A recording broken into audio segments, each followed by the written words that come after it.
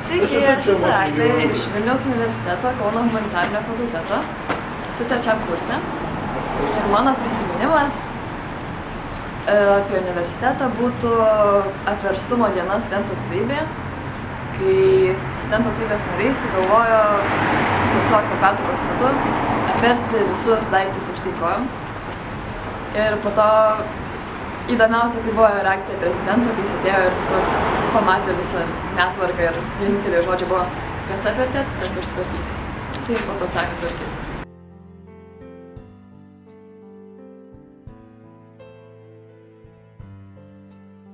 Taigi esu Lukas Šiupšinskas, buvau Vilniaus dailės akademijos Kauno fakulteto skulptūros studentas, bakalauro ir magistro studijas čia, taip sakant, mokiausi.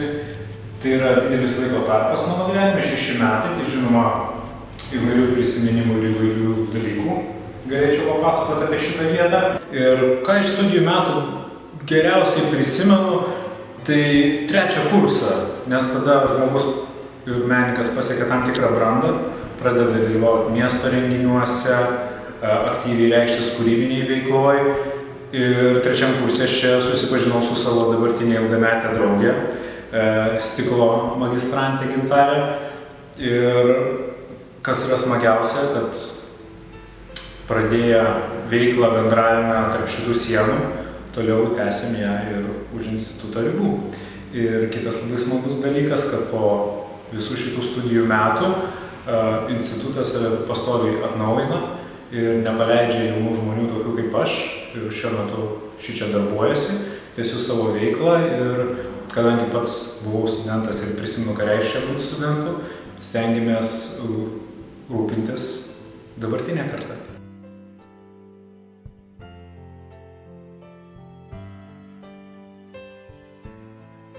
Aš esu Ringaudas Palubinskas ir studijuoju LSMU. Mano prisiminimus apie universitetą gerai reflektuoja dviejų genialių panelių sugalvotos geriausios medicinos mokyklos taisyklės. 3 iš jų dar ir pasakysiu. Pirma taisyklė, kad ir kokių blogų žmonių bebūtum sutikęs gyvenime, geriausiai medicinos mokyklai sutiksi blogesnių. Gerai, jeigu jie bent jau tau nedėsto. Kita taisyklė yra, kad kuo aukštesnis tavo pažymys, tuo mažiau sraute turi draugų. Ir dar viena svarbi taisyklė yra, kad reglamentas yra parašytas studentams ir jie jo turi laikytis. Dalis apie dėstytojų pareigas yra parašyta tik šiaip sau. Ačiū.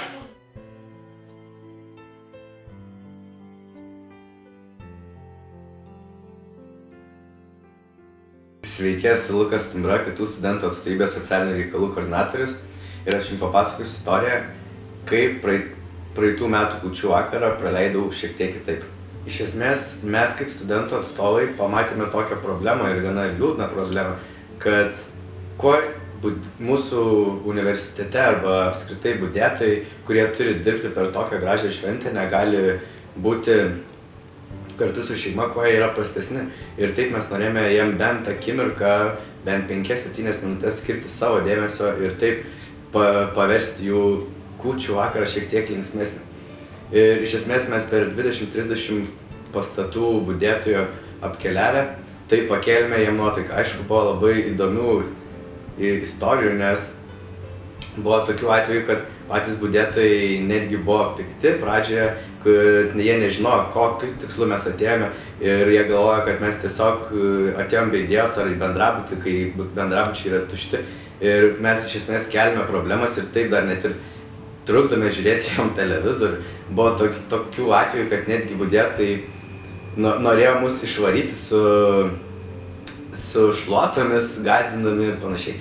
Bet galiausiai, kaip sužinodavo, dėl ko mes tai atvykome pas juos, koks mūsų yra tikslas ir kad mes norime pamatyti jų šypsenas ir tiesiog šiltai pasėdėti tas kelias minutės, tai jie iš karto pažiūrėdavo į tai labai gražiai ir buvo iš tikrųjų labai neįkainojama patirtis, kurios metu mes galėjome padaryti gerą kitiems žmonėms.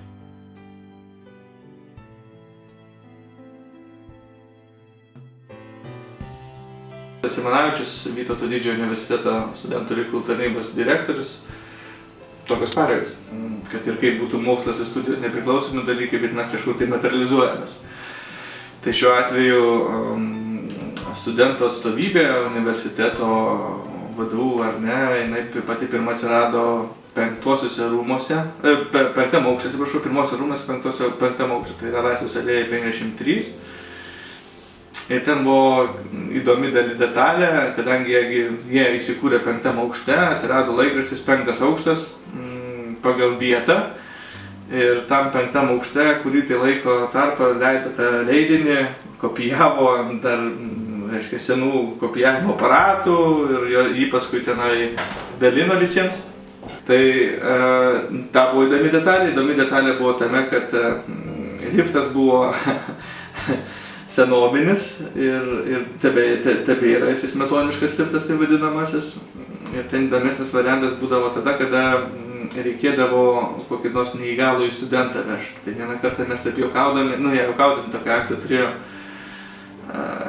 reiškia, kad pamatytų, ką studentai su negalia patiria.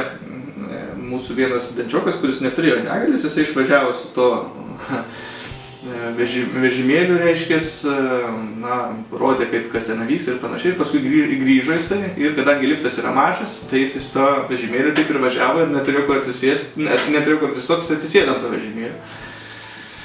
Pakilo į penktą aukštą, atsidarė duris, dvi studentės kaip tik iš paskaitų laukė lifto. Na, jisai su ta kėdė bandė išvažiuoti vieną kartą, nepavyko, nes niekad, nepratęs buvo važinėti, dar kartą neišėjo, nes jau tos studentės irgi čia norėjo padėti. Sakė, palaukit, taukščiai atsistojo iš tos kėdutės vežimėlio, to ištraukė tą vežimėlį, apstulbiusios studentės liko taip ir stovėti, kaip jisai su tavo išsitraukė, atsisėdo ir toliau nuvažiavo. Tokia viena iš linksmesnių istorijų susijusi būtent su to penktą aukšto pasivažinėjimu ir kaip ją pasigauti. Dar turbūt kokia kita viena įdomesnė istorija papasakosiu tame, kad VDU studentai turbūt to dalyko tikrai, senesnoji kartą atsimena, bet ne visi. VDU turėjo kažkada tai valgyklą. Studentai valgydavo daug skanių patiekalų, kuriuos finansuodavo Amerikos lietuviai, paramą, reiškia, tai valgyklėliai, tam, kad, aišku, ten kažkiek kainuodavo pinigėlių, bet ten milijonas tikrai kainuodavo. Ir ten būdavo įsigelbėjimas tiems studentams, kurie, reiškia, neturėjo labai daug pinigėlių, nes nueidavo tenai, ten gaudavo, kaip sakė, kulšį sriuboje, vištos, tai ten jau būdavo visas mėsingas patiekalas, negi tik tai bulvėm būsi gyvas. Tai va, tokia buvo istorija su ta valgyklėlė, paskui ta valgyklėlė užsidarė.